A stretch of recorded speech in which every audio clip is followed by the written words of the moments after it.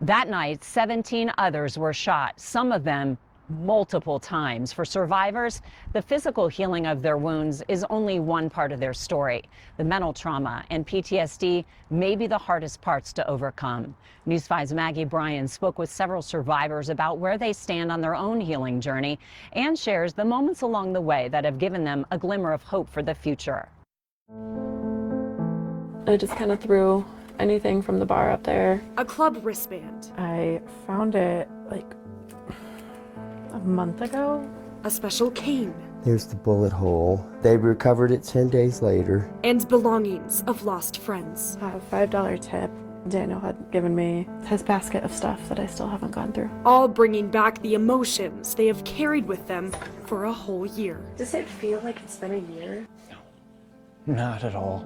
These 3 Club Q survivors now forever connected through shared grief. You know, there's times where a lot of this still feels surreal. Ashton Gamblin, the door girl that night, was shot 9 times. 5 to my left arm, 2 to my right arm, and 2 to my left breast. After spending 6 days in the hospital, daily doctor's appointments became her new reality. I did not know one day to the next what I was doing unless it was, you know, my husband keeping track or my mom keeping track for a while. She says PTSD from that night still shows itself in ugly ways. I personally don't take walks by myself or anything like that. I want to be with somebody if I'm going to be outside. I have the perpetual tightness in my back where they sewed my back up. Ed Sanders, a regular at the bar, was shot twice. Felt like a spray of liquid on my back.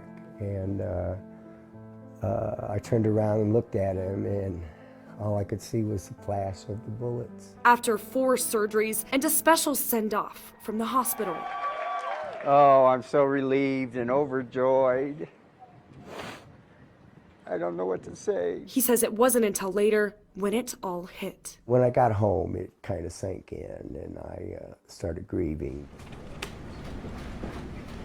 In his first one-on-one TV interview, Anthony Malberg recounts the horrific night. Seeing the people and hearing the screams, the devastation that I felt was just out of this world. He was there that night to watch the drag show and left with 5 gunshot wounds. They took everything away. I didn't know what had happened to me, how bad I was, or anything. All I knew is I had to hide. He went back to work 5 months after the shooting to his job at a construction site. It was there he realized the toll the shooting would have on him. I was walking down the driveway and they were using the nail gun.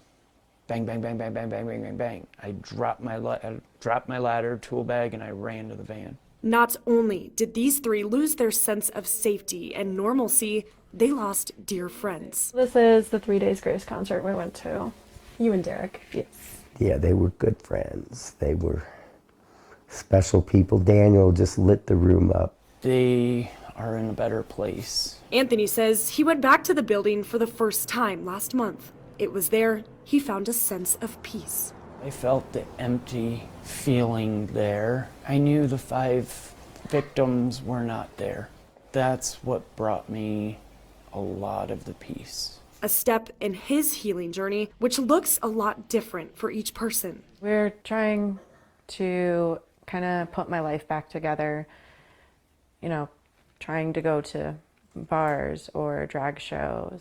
For me, one of the big things is going to concerts. Along the way, some have gained a new perspective on life. I think it really has prompted me to get out there and experience things. I'm trying to live my life as fully as I can. You know, I can honestly say I'm a lot stronger of a person than I thought I was. And day by day, You have this whole new grasp, so to say, on life. they hold on to the things that give them hope. I appreciate every moment that I have. Everybody all wants the same thing in the end. It's just love.